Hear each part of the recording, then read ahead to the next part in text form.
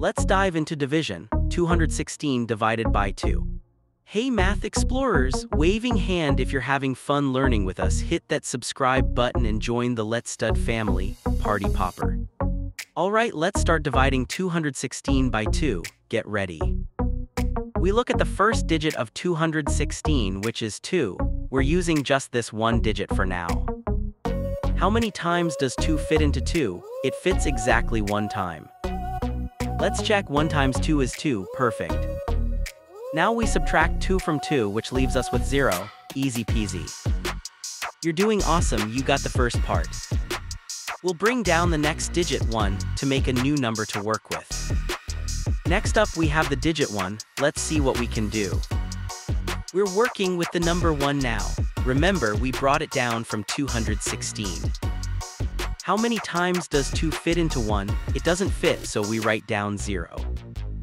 Let's check. 0 times 2 is 0, that's right.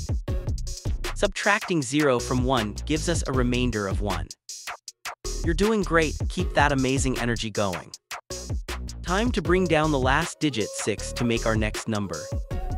Last step, we have the number 16, let's finish strong. We combine the remainder 1 with the next digit 6 to make 16. We're using 2 digits now. How many times does 2 fit into 16? Think of your 2's times table, it's 8. Let's check. 8 times 2 is 16, exactly. Subtract 16 from 16 and we have 0 left, we're all done. Woohoo, you crushed it, you're a math superstar star. And that's it, we've divided 216 by 2, what a journey. We found that 216 divided by 2 equals 108. Great job, everyone! We successfully divided 216 by 2, learning how each digit plays a role. Remember, long division is like a puzzle and you've got the skills to solve it. Jigsaw. That's all for today. Keep practicing, stay curious, and check out more awesome math adventures on Let's Stud. Bye for now, waving hand.